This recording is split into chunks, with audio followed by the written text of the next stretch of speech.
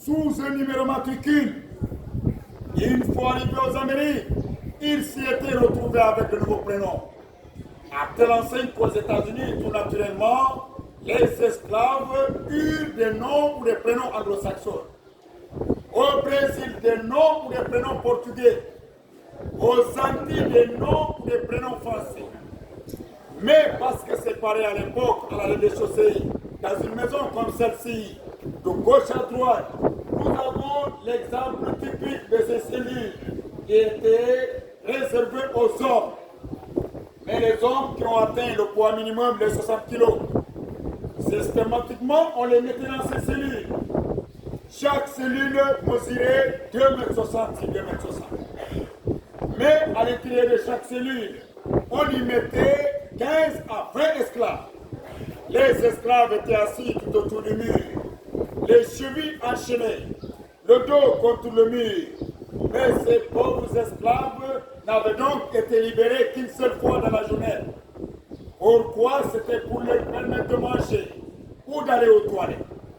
Or, les toilettes pour les hommes, à l'époque, c'était souvent sur le quai. Et chaque fois qu'un homme avait voulu aller aux toilettes, avant ou après l'heure de la libération quotidienne, il était forcé de le faire sur place. La conséquence naturelle, il y avait une maladie de peste qui a eu à ravager une bonne partie de l'île de Gorée et qui faisait partie de l'une des nombreuses maisons des esclaves. Mais toujours est-il au prolongement à gauche, nous avons une petite cellule qui était réservée aux enfants. Les enfants de 7 ans à 17 ans. Et c'est dans cette petite cellule où on avait arrêté le taux de mortalité le plus élevé.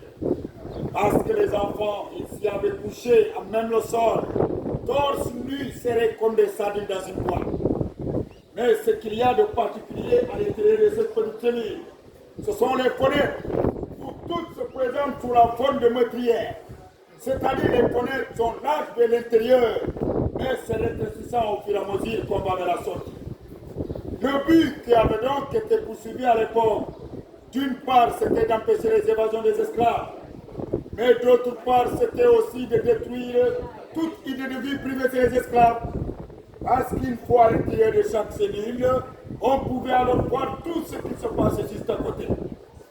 Donc aujourd'hui, nous sommes en droit de pouvoir considérer que c'est à partir d'une maison comme celle-ci qu'avait donc commencé la destruction du tissu social africain. Et les esclaves partaient au hasard des vents.